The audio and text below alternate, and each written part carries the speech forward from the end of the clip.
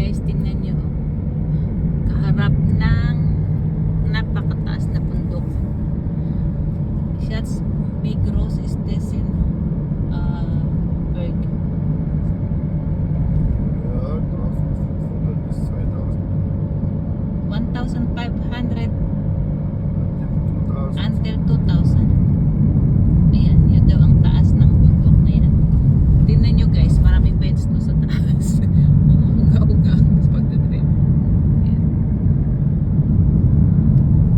1,000 to 2,000 meter? Meter ba da? Ja, Meter. Meter, yeah. Ayan. Ganun kaganda yung area dito. Pinapaligiran ng kabukiran. Guys, kikita nyo yung mga bukid na yan. Parang hindi totoo, di ba? Ayan o, matatanaw mo yung kakaiba yung view.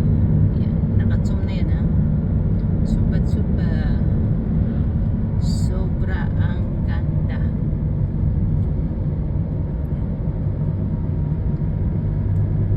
Zoom natin para paano makita nyo na maayos kasi nandito kami nagda-drive kaya yung sasakyan talon ng talon.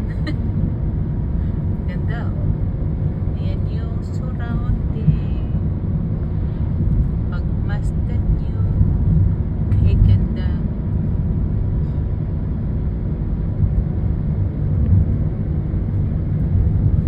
Guys, yan ang aking laging nakikita halos araw-araw.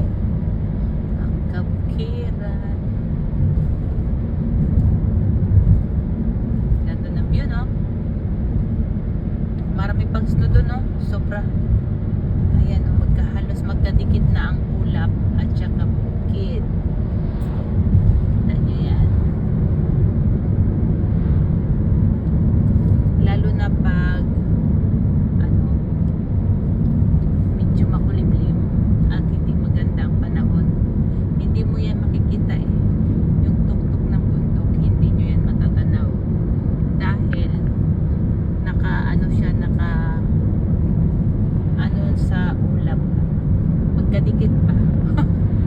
Hirap magpaliwanag guys, bahala na kayo din. Ayan o, kita nyo yung ulap na natatakupan sa Bisaya. Ang bukid. Mahirap talaga pala mag-Tagalog ba? Pag Bisaya ka, hirap humanap at mag-explain ng diretsyo sa Tagalog. Proud Bisaya guys. Ayan. Tingnan nyo yan ha. Pa, ganyang kaganda ang kabukiran. Sana all may bukid. Sa Pilipinas naman, ang lagi kong nakikita, tanawin ng karagatan. Dito naman ang aking nakikita lagi, tanawin ng kabukiran. Ayan na. Doon sa aming banda marami pa yan snow. Ayan. Doon banda yun, maraming snow. Saan yun? Doon yun ang ating tinitirahan.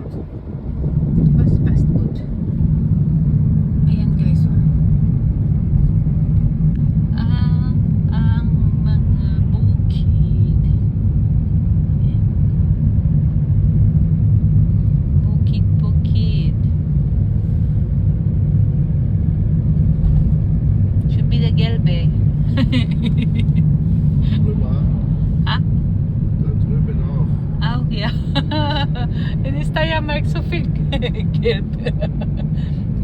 Sa Staya. Yeah, sa Staya Mart, guys. Pinanggalingan namin. Isang linggo lang ako doon. Nalula ako sa kulay. Parang 3 lang nakita ko. Gray, mint green, at yellow.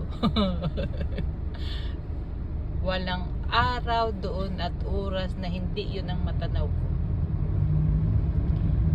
Ang ano nila parang ano ata yun yun yung kulay nila.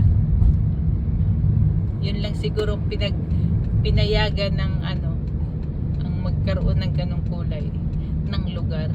Ewan ko, tataka ko bakit yun ang alam nilang kulay. Mayroon na iba, siguro pa isa-isa, kulay light pink, pero siguro mga 3 lang ata yun na ibang kulay nakita ko doon sa area na pinuntahan namin. Ganun ang guide ko nakikita. Ayan guys, kailangan natin bumili ng maluluto dahil 10 araw kaming nawala bago umuwi. Okay, thank you for watching. See you in my next video.